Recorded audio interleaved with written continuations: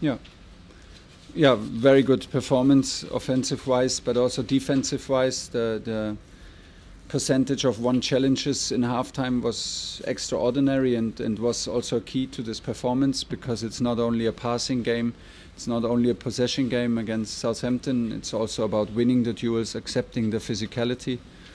And by winning the challenges, we had chances to be dangerous through offensive transition, and not only through ball possession game.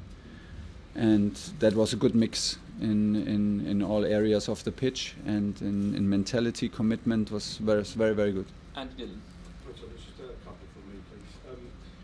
Firstly, what does it tell you as a manager about your team if you concede 4 last weekend, then concede 3, then go and score 6, and don't concede? I'm baffled, so I'd love to know what's inside your mind after the week you've had managing the team. I think it tells us that we are not the team to escape with results if our input is on 80% of energy, commitment and investment. We are a special group when we have the priorities right. If we are committed, if we are if we defend with courage, if we have the attitude right and the hunger right in challenges, and if we have the priorities clear, that this is our foundation to then show the quality, then we are a strong group, and then this is a special group of players, and then when we are a strong group and have all right to believe in ourselves, we will never. And there's nothing to be ashamed, but I don't think that we are the fancy group who comes purely and in priority just over quality, and see if we can get away with a 80%, 90% investment commitment into all aspects of the game. And this is what it tells me. There were some reasons, and there are some reasons why it's not always easy for us to have this hunger and to have the commitment and the physical input, because we come from an awful lot of matches and a ruthless schedule, and we are the team who played the most in 2022. That's why it's not always easy, but this is the reality. We need it, we simply need it, and it's not about blaming the players. I can understand there were a lot of reasons why it was hard for us after national break, but it just proves the point again today. So if we have this right, then we show our quality, and because we have the quality, and that is what makes us dangerous and a special group. And so I think you said to the TV that this was a chance for Timo to make a statement. That was a statement. Of course. Yeah, of course, because. Yeah, because it was his position. It was the players around him, the connection with Mason, with Kai, with Kova. He loves to play, and he has a connection to these players. So it was a double striker position. It was the half left position as a double striker.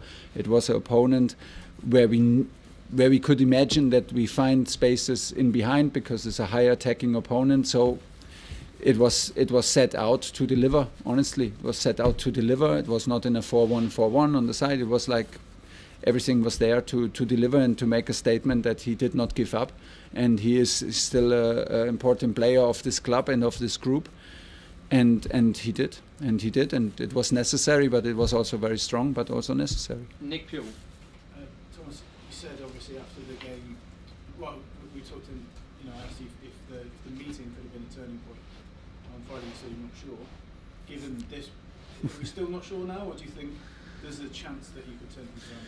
Yeah, but it was necessary that we turn things around, but we come from a long streak of winning, and then comes the national break, and then we have like 5 days where things don't feel the same like things before. So it was not a huge turnaround. It was not necessary to change everything,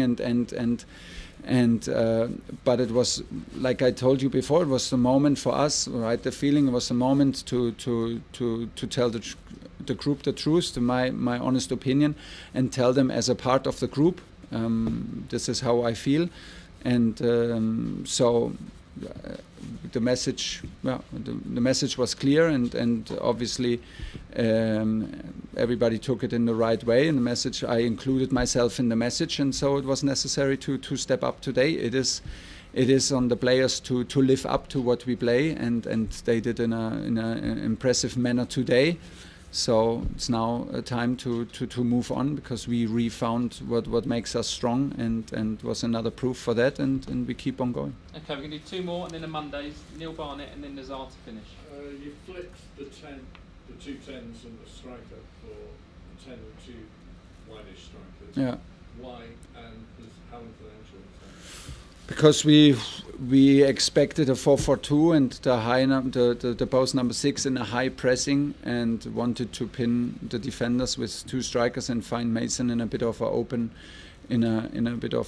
position in between the lines, and had a bit of different role for the wingbacks today, because we anticipated the aggressive 4-4-2 and wanted to have 3 midfielders against the 2 midfielders to have an advantage, and to have an ideal position for Kai and Timo. So that was the idea behind it.